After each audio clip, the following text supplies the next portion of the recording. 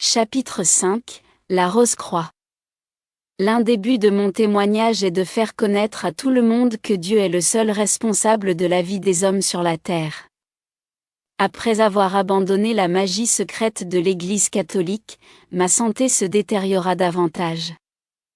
Outre les démons qui manifestaient leur présence au travers de mon corps, les esprits errants du cimetière profitèrent de mon retrait pour élire domicile en moi.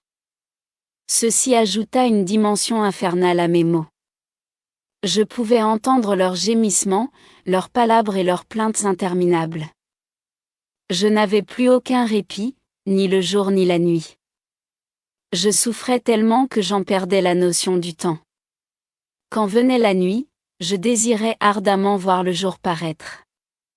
La fraîcheur et le calme de la nuit, loin de me revigorer, amplifiaient les bruits que j'entendais, empêchant ainsi tout sommeil. Quand venait le jour, je désirais parvenir à la nuit, pour me soustraire aux tracasseries et aux ennuis incessants qui meublaient mes journées. Ma condition n'avait plus rien d'humain. Gloire et louange au Seigneur Jésus-Christ, en qui nous avons la paix et la tranquillité, même dans des temps difficiles. Lui qui nous a rachetés par son sang précieux qu'il a versé au mont Golgotha. Ce sang nous couvre et nous protège des atrocités du malin. Mais, en ce temps-là, je n'avais aucune connaissance de Jésus-Christ ni de l'œuvre rédemptrice accomplie à la croix pour mon salut. Personne ne m'avait encore parlé de lui. Partout où je passais, chacun défendait sa religion et les doctrines qui s'y rattachaient. Serait-ce ton cas, cher bien-aimé?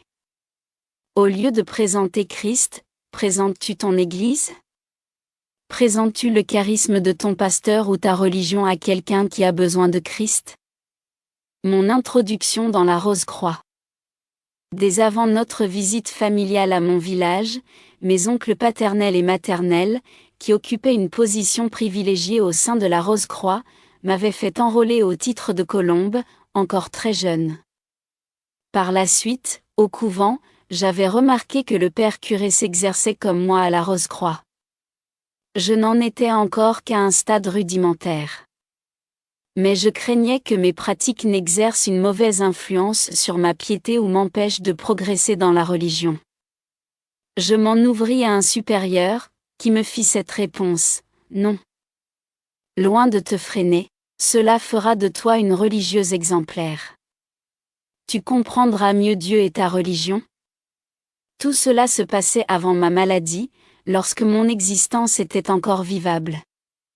Après mon abandon de la magie secrète catholique, un cousin qui vivait en Europe, de passage à Lubumbashi, vint me rendre visite. On lui avait parlé de la médiocrité de ma santé, et des péripéties que j'avais endurées pour un hypothétique rétablissement. À l'instar des amis de Job, mon cousin resta calmement à mon chevet, sans rien dire pendant un moment. Puis les larmes coulèrent de ses yeux, et il me dit: bien sûr, on m'a parlé de toi et de ta santé, qui n'était pas fameuse du tout. Mais de là à te trouver dans un tel état, non, Françoise, je n'en reviens pas. Cette fois, ses larmes coulèrent de plus belle. Ce cousin était encore jeune lorsqu'il nous avait quittés pour aller en Europe. Il avait gardé de moi l'image d'une belle jeune fille, coquette et pétillante de vie. Devant la loque humaine que j'étais devenue, il n'eut pas la force de se retenir. Comme s'il se parlait à lui-même, il poursuivit, lorsqu'il se fut calmé: puisque les mauvais esprits se sont ainsi moqués de ta santé et de ton corps, il vaudrait mieux faire intervenir l'énergie qui est en toi pour résister à toutes ces attaques. Pour cela, il est de ton intérêt que tu adhères à notre mouvement philosophique. Il existe en chaque être humain une force agissante. Cette force reste inactive tant que la personne qui l'abrite ne l'active pas, par simple ignorance. La Rose-Croix a une double tâche: révéler cette force à son possesseur, et l'activer, avec l'accord de son possesseur. Me fixant intensément du regard, il poursuivit: loin d'être une religion, la Rose-Croix est un mouvement qui englobe la métaphysique, la physique, la etc. Tu n'auras pas besoin d'un baptême pour y accéder. Mes pratiques. Je ne saurais vous relater toutes les étapes que franchis au sein de la Rose-Croix, de peur de vous faire perdre votre temps. Je dirai néanmoins que je suis passé par le stade de néophyte, que je suis passé par le temple, et que j'ai parcouru la loge. Un rosicrucien avisé comprendra facilement ce que je veux dire. Je connaissais des prières qui pouvaient carboniser un arbre ou un être humain. Un jour, j'en ai fait l'expérience sur un chimpanzé domestiqué par un couple d'occidentaux sans enfants. La perte de cet animal leur causa un chagrin que je regrette encore aujourd'hui. Il y a des gens qui vivent des situations difficiles lorsqu'ils sont en compagnie de rosicruciens, car ces derniers les prennent pour des cobayes pour expérimenter leur pouvoir. J'avais atteint un niveau où il m'était possible d'entendre les voix des végétaux et celles des animaux. Bien que jouissant de ces facultés extrasensorielles, je n'étais pas libre du tout. Par exemple, je devais faire attention à ne pas écraser des fourmis en marchant. Je ne pouvais piétiner la pelouse, de peur qu'elle ne me gronde. Je pouvais utiliser mon corps astral et sortir de mon corps physique. J'ai souvent utilisé ce moyen pour me rendre à certains endroits. Le dédoublement nécessite une grande concentration, et demande beaucoup d'autres choses horribles. L'esprit qui voyage est celui qui est créé par Dieu, tandis qu'il est remplacé dans le corps par un autre esprit qui est un démon. Malheureusement, à son retour, l'esprit de la personne peut s'évader, provoquant ainsi la folie. D'où le nombre croissant de fous chez les pratiquants de ces sciences occultes. Lors de son adhésion, le nouvel adepte est contraint d'expédier sa photo à la maison mère. Cette photo lui permet d'être identifié par ses nouveaux partenaires. En contrepartie, on accorde à l'adepte une pyramide. Cette pyramide ne peut être vue que par ceux qui ont atteint le niveau du temple et de la loge, les autres se servent de signes ou de petits autocollants. Il y a des insignes spécifiques à la Rose-Croix, bagues, chaînettes, etc. Les adeptes savent ainsi qu'ils sont en présence d'une sœur ou d'un frère. La Rose-Croix se vante d'avoir donné à l'humanité des papes, des savants, des pasteurs et des prêtres. Il s'agit bien en réalité d'une religion. En effet, une religion se définit comme un culte voué à une certaine divinité. Ainsi, celui qui se retrouve chaque soir dans un bar assis derrière une bière rend un culte à ce Dieu qui est pour lui la bière. Les rosicruciens sont religieux, puisqu'ils invoquent des démons, les grands maîtres et les impérators, dans les sphères du cosmos. La Bible déclare que l'homme a été créé à l'image de Dieu. Les rosicruciens ont déformé cette vérité au profit de leur science. Voici ce que déclare une monographie rosicrucienne: l'homme, tiré de l'image de Dieu, a chuté à un certain moment. C'est une manière de ne pas dire clairement que l'homme a péché. Cette chute a fait que Dieu a placé l'homme sur un plan d'infériorité. La Bible dit que le péché a éloigné l'homme de son Créateur, cependant, l'homme peut se développer lui-même pour retrouver son état initial. Le Seigneur Jésus a dit: « Nul ne peut venir au Père que par moi ». La banalisation du péché est monnaie courante dans la Rose-Croix. L'ivrognerie n'est qu'une manière de se distraire, tandis que l'impudicité n'est qu'une petite imperfection que Dieu a permise pour satisfaire le besoin de quelqu'un d'autre. Pis encore, on va jusqu'à nier le fondement même du christianisme, à savoir la mort et la résurrection de Jésus-Christ. Pour les rosicruciens, Jésus ne pouvait ressusciter, puisqu'il n'était pas mort. D'après eux, Christ ne pouvait mourir. Étant le grand maître de la magie, il ne pouvait connaître la mort. Pour eux, ce Christ est le seul à avoir atteint la perfection. Mais nous, chrétiens, nous disons que Christ ne pouvait s'élever à la perfection, car il est la perfection même. Amen. J'abandonne la Rose-Croix. Pour tout rosicrucien qui se respecte, la mort n'est qu'un terme réservé aux personnes ignorantes. La mort ne serait que le début d'un nouveau cycle de perfectionnement. Pour expliquer leur incapacité à me venir en aide, ils me disaient: « Ta dernière incarnation date du temps d'Adolf Hitler. Au cours de cette incarnation, tu as tellement tué de gens que maintenant tu dois payer cher tes crimes. Tu es en train de payer pour les crimes que tu as commis dans ta vie antérieure. Tu ne seras parfaite que dans une prochaine incarnation. Cependant, tu peux accélérer ce processus en faisant certaines études. Les études en question consistaient à invoquer de manière occulte les esprits de personnes décédées, les maîtres invisibles et les impérators. Les choses telles que l'huile et l'eau mystique ne me furent d'aucune utilité.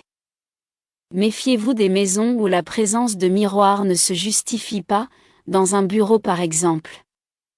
Les miroirs, les masques noirs et les habits en or nous servaient lors des grandes cérémonies qui se déroulaient dans de grands temples sataniques. Toutes ces étapes passées vous font comprendre que je n'étais plus du tout une novice. Cependant, je me suis éloignée de la Rose-Croix, malgré mes différents pouvoirs paranormaux, pour plusieurs raisons. La première raison est celle que vous connaissez déjà, ma santé ne s'était pas rétablie et j'étais toujours malade. La seconde raison venait de la constatation que j'avais faite, seuls les riches pouvaient accéder à la connaissance supérieure dans la Rose-Croix. Ce qui sous-entend que mon porte-monnaie en a pas mal pâti. La dernière raison qui motiva mon départ de la Rose-Croix est la suivante, je reçus un jour une lettre émanant de mes chefs, dans laquelle on exigeait que je choisisse de quelle manière je voulais mourir. S'il t'arrivait un jour de mourir, quel genre de mort choisirais-tu? Mort par noyade, mort par asphyxie, mort par étouffement, mort par épuisement ou par maladie, mort par pendaison, mort à la suite d'une bagarre, mort à la suite d'un accident, mort pendant le sommeil, etc. Cette lettre suscita en moi un sentiment de révolte et de dégoût. Je perdis tout intérêt pour la Rose-Croix. Comment osent-ils me poser de telles questions, alors qu'ils connaissent les raisons profondes de mon adhésion à leur secte? Guérirai-je après ma mort, et croient-ils que je vais gober leur histoire de réincarnation pour un nouveau cycle? Pourquoi toutes ces questions? Veulent-ils donc m'éliminer physiquement? Puisque je ne voulais pas mourir, il n'était donc pas question que je réponde à leurs lettres. Je tenais la vie. Je voulais vivre afin d'aider les miens, vivre heureuse. Mon cousin n'était plus sur place pour que je les tienne informés de la tournure des événements. J'eus donc le bon réflexe de ne plus assister aux réunions et de ne plus lire les monographies. Je résolus donc de quitter la Rose-Croix, malgré le fait que le nombre de voix que j'entendais avait augmenté, et malgré toutes les conséquences qui pouvaient en découler. Je m'abandonnai à mon sort, le sort de quelqu'un sans Christ. Chapitre 6, la Maïkari et la magie indienne. Mon entrée dans la Maïkari, un ami de mon grand frère, m'informa des merveilles qui se passaient dans une récente secte orientale implantée dans notre pays. Il s'agissait de la Maïkari. Très peu de gens connaissaient son existence et encore moins y avaient adhéré. Bien que n'étant pas une religion en soi, la Maïkari enseignait une doctrine bien différente de celle que j'avais connue jusqu'ici. Toujours à la recherche d'une hypothétique guérison, je n'avais d'autre alternative que de m'engager dans cette nouvelle voie, malgré mes différentes déceptions enregistrées dans le passé. Je dus payer avec des devises mon adhésion, ainsi que l'achat de l'Omitama, un dieu étrange aux facultés bizarres. Pourquoi bizarre? Tout d'abord, parce qu'il fallait l'acheter, ensuite parce qu'il fallait le transporter, le protéger et au besoin, le cacher. Ce dieu me fut présenté sous la forme d'un médaillon creux comportant un bout de papier représentant l'effigie d'une personne. Malgré les prévisions des hommes, le délai fixé pour ma mort était déjà expiré, mais j'avais toujours cette épée suspendue au-dessus de ma tête. Je croyais à tout ce que l'on me demandait de croire, afin d'atteindre mon but, qui n'était que la guérison physique. Ma ferveur fut si manifeste qu'en peu de temps je gagnai la confiance des maîtres. Ce qui me valut le titre de donneur de lumière. Quelle lumière pouvais-je transmettre aux autres, sinon une lumière noire et pleine de démons? Cette secte enseignait aussi la réincarnation, ce qui lui attirait un nombre croissant d'adeptes. Les gens y venaient en masse car on leur disait qu'ils n'avaient plus que quelques occasions, au plus, de revenir sur la terre avant d'être en harmonie avec leur Dieu. Ces différentes réincarnations devaient les libérer de leurs diverses imperfections. Ainsi remplis de l'espoir de renaître bientôt parfaits, les adeptes se voyaient tout permis dans cette vie. Le christianisme donne aux enfants de Dieu le pouvoir de dominer sur la création, Marc 16 verset 15. En revanche, dans la Maïkari, l'homme doit tout faire, par ses propres efforts et ses propres moyens, pour dominer sur la nature et sur ses semblables. Mais je fus vite lassé. Mon corps accusait de plus en plus de faiblesse et de fatigue. Lorsque je demandais pourquoi je demeurais toujours malade, on me répondait que c'était une question de comportement. Ces esprits viennent du 5e ciel.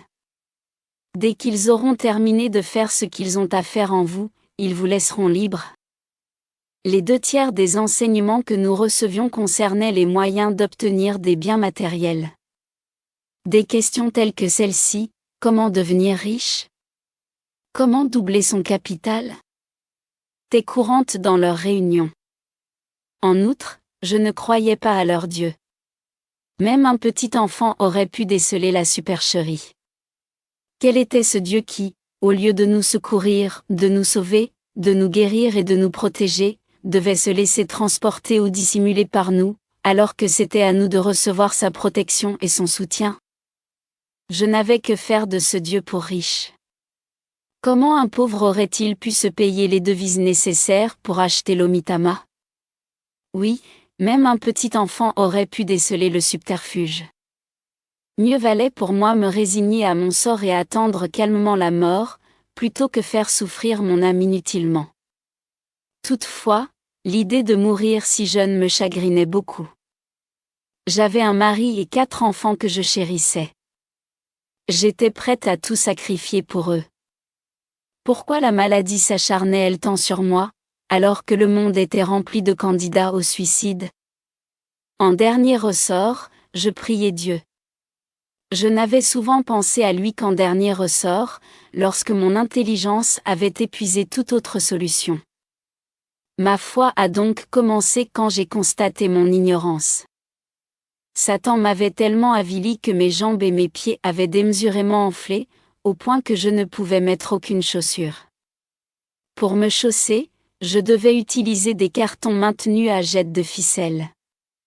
Un démon s'était logé dans mon dos et m'obligeait à rester en permanence dans une position inclinée. Même en ces temps difficiles, où un seul regard porté sur moi incitait à la répugnance, j'en demeura à mes côtés. Mon premier contact avec la magie indienne.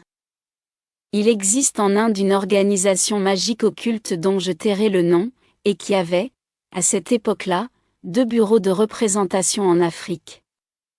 Le premier bureau se trouvait au Malawi, tandis que le second était situé dans la ville même de Lubumbashi. Un après-midi, alors que je revenais de chez une parente, près de la gare, un inconnu m'interpella, c'était le représentant de l'organisation magique indienne au Zaïre. Hélas! Qui es-tu pour supporter le poids d'un aussi grand nombre d'individus? Je me tins sur le qui-vive, pour voir s'il s'adressait bien à moi ou à un autre passant. En moi-même, je ne manquais pas de m'interroger sur l'identité de celui qui pouvait voir les personnes dont je ne percevais que les voix. J'étais certaine qu'il avait voulu parler de ces personnes. Malgré mon silence, l'homme insista. « Eh bien, toi, pour qui te prends-tu? Pour la reine d'Angleterre, ou pour qui? C'est bien à toi que je m'adresse. Pourquoi fais-tu semblant de ne pas m'entendre? Ne sais-tu pas que j'ai la possibilité de te libérer de toute cette charge? Sois sage, et réfléchis un peu. Si je t'aide, que perds-tu et qu'ai-je à gagner? Rien. » J'étais tellement dégoûtée de la vie que je n'eus même pas le courage de répondre à ces paroles, ne serait-ce que par politesse. Comme un automate, je poursuivis ma route. Cependant, poussé par je ne sais quelle force ou autorité, l'inconnu, loin de se décourager, me poursuivit, malgré mon manque d'intérêt. Sois sage et raisonnable. Je te donne tout de même mon adresse, pour le cas où tu changerais d'idée et que tu voudrais me joindre. Il me donna verbalement son adresse et me devança. Tout au long de son discours, je ne me suis même pas retournée pour voir à quoi ressemblait son visage. Continuant ma route en silence, je m'apitoyai seule sur mon sort et me mis à pleurer. Je me dis, pourquoi ai-je été si grossière envers cet inconnu? Comment a-t-il vu ceux qui me parlent souvent? S'il a pu les voir, c'est qu'il n'est pas un profane. Une fois rentrée à la maison, je continuai à me poser ces questions. N'avait-il pas raison, après tout? Que avais-je à perdre, puisque, dans l'état où j'étais, tout était perdu? Autant le revoir. Ma décision fut prise, il fallait que je le rencontre. Le lendemain après-midi, j'étais chez lui. D'après le nombre de véhicules que je vis garés chez lui, je compris que cet homme ne devait pas être un simple féticheur, mais qu'il était bien plus que cela. Un peu rassuré, je pénétrai dans la propriété. Lorsqu'il m'aperçut, il s'écria de loin, comme s'il s'attendait à ma visite, « Enfin, te voici. En tout cas, tu as bien fait de venir. Tu vas guérir de toutes tes maladies. Ce qui compte le plus ici, ce n'est ni le zèle ni la foi, mais le courage. Il te faudra beaucoup de courage. Je vais te soumettre à différents tests. Seuls les résultats diront si tu es apte ou pas. » Un peu contrarié, à cause de toutes mes déceptions passées, je répondis durement à mon interlocuteur. « Ce n'est pas la peine que je fasse vos tests. Je suis courageuse, je le sais. Il y a quelques années, je me rendais parfois seule la nuit au cimetière. Autrefois, toujours à la recherche de ma guérison, j'ai passé une nuit dans un marigot plein de crapauds dans des sectes où j'ai assisté sans broncher au sacrifice de certaines victimes. Il n'y a rien à redire à mon courage. Tu es peut-être courageuse, je l'admets. Cependant, les ordres sont que tu passes tes examens avant toute autre chose, et il vaut mieux le faire d'abord. Le reste viendra après. Mais puisqu'il se fait déjà tard, reviens demain après-midi pour assister aux premières séances avec les autres. » En me raccompagnant, nous traversâmes une salle pleine de gens nus, allongés à même le sol, ventre en l'air. Dans une autre salle, certaines personnes semblaient suivre un cours. L'initiation. Le lendemain, lorsque je revins, on me donna un crayon à billes et un cahier pour prendre des notes. Je fus conduite dans la seconde salle aperçue la veille. Nous devions mémoriser des phrases dont je ne comprenais pas la signification, car elles étaient dans une langue étrangère à consonance orientale. L'enseignant se servait d'une baguette pour cadencer le rythme de la prononciation. Ce n'est pas sans raison que je mentionne ce détail. En mémorisant ainsi ces textes, nous nous ouvrions au diable et à ses démons, à notre insu. Le diable utilise la parole, non seulement pour propager son message mortel, mais aussi pour posséder les âmes. C'est ainsi par exemple que lorsqu'un magicien prononce une formule magique, il utilise un code qui doit nécessairement déclencher un certain mécanisme. Le maître avait pour moi une considération qui me déconcertait parfois. Si j'avais été encore coquette, cela aurait pu se comprendre. Mais ma condition actuelle touchait à la laideur, et je ne voyais rien en moi qui pouvait l'intéresser ou lui plaire. Cela m'intriguait et ne manquait pas de me mettre mal à l'aise. Dans la Rose-Croix, on pouvait se dédoubler et aussi parler avec des végétaux. Je découvrais à présent, chez mon nouveau maître, que le diable pouvait transformer un homme en animal, en une mouche, un boa, un crocodile, un moustique, etc. Les véhicules que j'avais aperçus lors de mon arrivée n'appartenaient pas à des visiteurs, mais à des clients. Un jour, après un cours, mon maître me dit confidentiellement: « Chère madame, dans ce bas monde, il n'y a rien pour rien. Les personnes qui viennent nous consulter ne le font pas gratuitement. Ils doivent payer un certain prix, soit en espèces, soit en échange d'une vie humaine, soit encore en faisant certaines tâches. Pour toi, ne t'inquiète pas, car ton cas est un peu spécial, tu ne dois rien payer, car c'est moi qui t'ai trouvé, et non l'inverse. Il y a des gens qui n'ont pas payé ce qu'ils nous doivent. Ceux-là paient leur dette de leur liberté. Ils sont transformés en animaux, en boas, en singes, en léopards, etc. Et ils sont vendus à des zoos ou des cirques. C'est très simple. Je les métamorphose en animaux, et je bloque le processus de retour à leur forme humaine par des formules appropriées. La victime reste pour de bon dans sa condition. On la ligote, on la met en cage, et on la vend en Ouganda, en Tanzanie, ou le plus souvent au Kenya. Le drame de ces personnes, qui restent sous une forme animale, c'est qu'elles continuent à voir et à entendre exactement comme des hommes, mais sans pouvoir communiquer avec nous. Premières expérimentations. Les cours touchèrent à leur terme. Vint ensuite le temps des expériences. Un après-midi, nous nous trouvions dans l'une des salles, spacieuse et non meublée. Tout le monde se coucha nu, face contre terre. Nous devions remuer nos 4 membres à la manière d'un nageur dans l'eau. Nous avions répété plusieurs fois ce même exercice, lorsque le maître entra dans la salle où nous nous trouvions, et nous donna l'ordre de fermer les yeux. Il menaça sévèrement tous ceux qui désobéiraient à ses ordres. Il nous ordonna ensuite de réciter certaines des phrases que nous avions apprises par cœur, en ayant bien soin de prononcer convenablement chaque mot, et d'aspirer une bouffée d'air après chaque phrase. Malgré l'interdiction du maître, ma curiosité me poussa à désobéir. Je voulais savoir à quoi servait toute cette mise en scène. Allongé sur le sol, au lieu de fermer les 2 yeux, je n'en fermais qu'un seul, et observais ce qui se passait au moyen de mon œil entrouvert. Sous mon œil médusé, je vis une métamorphose se produire. Mon voisin devint un monstre moitié serpent, moitié homme. Les pieds, les jambes et une partie du tronc s'étaient déjà transformés en la queue d'un serpent, tandis que la poitrine, les bras et la tête conservaient encore leur forme humaine. À la vue de cette scène, je perdis courage et je pris peur.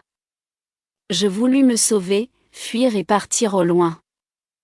Mais je me rappelai les imprécations du maître et les conséquences qui en découleraient.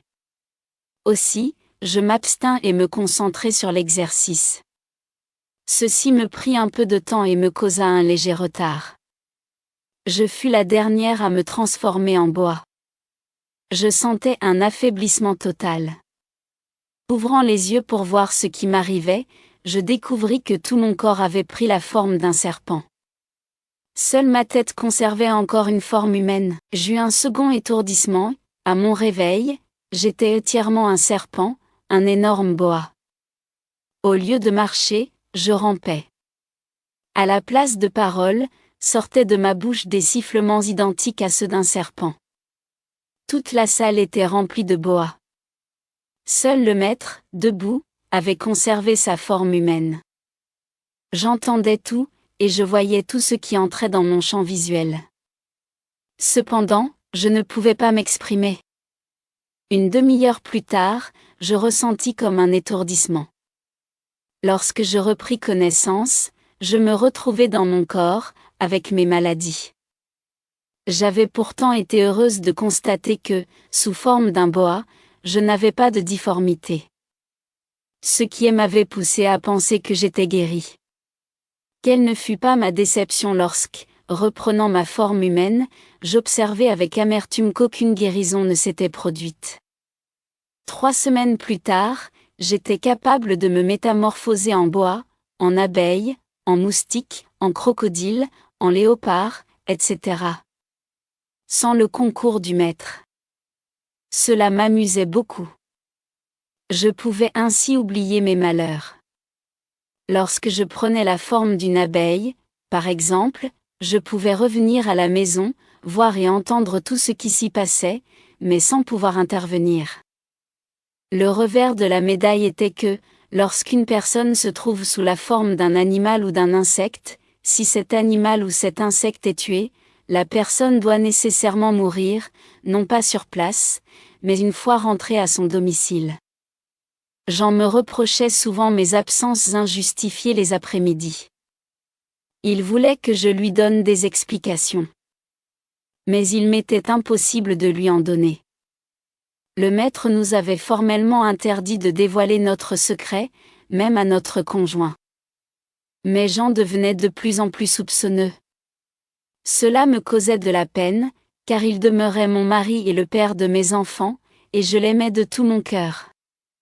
En outre, je ne pouvais rien lui dire par crainte de perdre l'unique possibilité de guérison que je croyais avoir. Que faire alors ?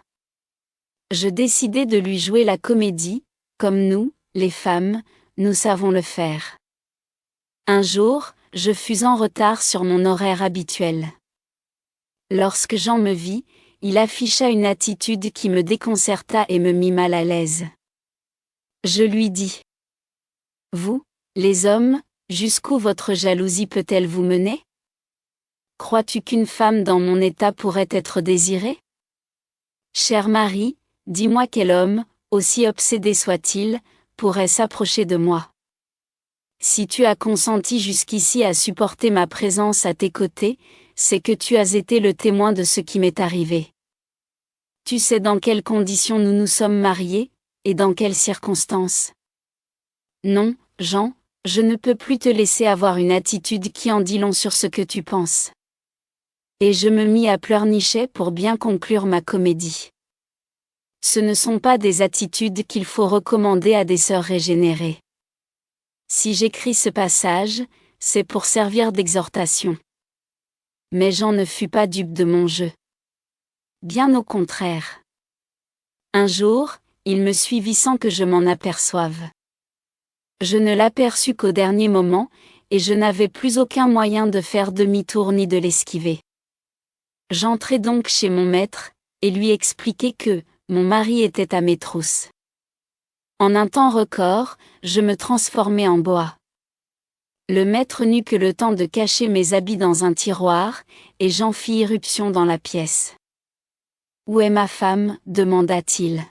« De quelle femme parles-tu, cher monsieur ?» lui rétorqua le maître. « Je parle bien de mon épouse. Celle qui vient d'entrer dans cette salle. Je la suis depuis la maison. Elle n'a pu aller ailleurs. Je l'ai vue entrer ici, dans cette pièce. Mais regarde bien la pièce où nous nous trouvons. Il n'y en a qu'une. Cette fenêtre donne sur l'endroit par lequel tu es venu. Si ta femme est entrée ici, comme tu as l'audacieuse prétention de le dire, trouve-la donc.